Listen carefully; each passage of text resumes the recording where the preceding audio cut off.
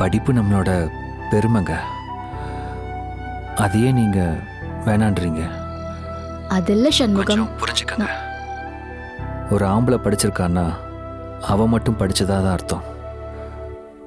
ஆனா ஒரு பொண்ணு படிச்சா அந்த குடும்பமே படிச்ச மாதிரின்னு சொல்லுவாங்க.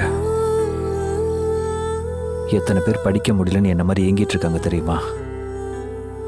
நீங்க படிச்ச படிப்பை உங்க பேருக்கு பின்னாடி போடாம அந்த படிப்பை நீங்க அவமரியாதை பண்ணலாமா? சரி, இப்ப நான் என்ன பண்ணணும்னு சொல்லுங்க. உங்க அப்பா அம்மாட்ட சொல்லி உடனே வேற பத்திரிக்கை அடிக்க சொல்றீங்க.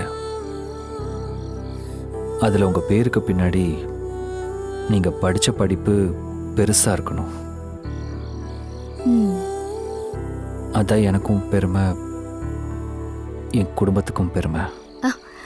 என்கிட்ட பேசுறது சண்முகம் தானா? நான் தாங்க. நீங்க சொல்லி நான் மறுப்பேனா? உங்க விருப்பம் அதானே, உடனே செஞ்சிடுறேன். சரியா? சரிங்க. இந்த விஷயத்த நான் உடனே அம்மா அப்பா கிட்ட சொல்றேன். கேட்டா அவங்க ரொம்ப சந்தோஷப்படுவாங்க. நான் அப்புறமா கால் பண்றேன். பாய்.